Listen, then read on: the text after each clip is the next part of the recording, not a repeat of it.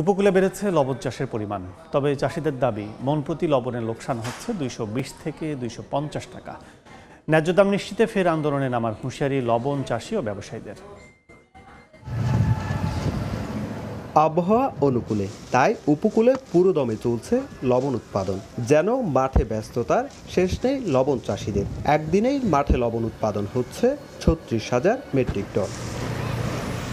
চাষিরা বলছেন প্রতিমণ লবণ উৎপাদনের বিপরীতে খরচ হয় 400 টাকার কাছাকাছি, কিন্তু মৌসুমের শুরুতে প্রতিমণ লবণ 280 থেকে 260 টাকায় বিক্রি হলেও তা এখন নেমে এসেছে 150 থেকে 160 টাকায়। আমাদের খরচ খরচ করতেছে আপনার 14 টাকা 15 টাকা, আমরা পাচ্ছি 60 টাকা। আমাদের কল্যাণে আসলে বেশি কি করছে সেটা আমরা এখনো বুঝতে পারছি না।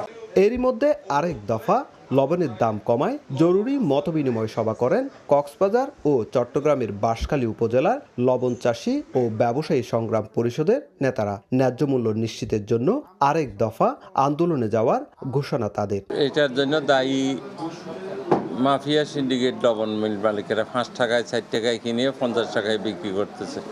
আর বেসিক বলছে লবণের সরবরাহ বাড়ায় কমেছে দাম। আমরা চাষিদেরকে প্রেসক্রাইব করতেছি যে সব লবণ একসাথে বিক্রয় না করে ধাপে ধাপে বিক্রয় করার জন্য।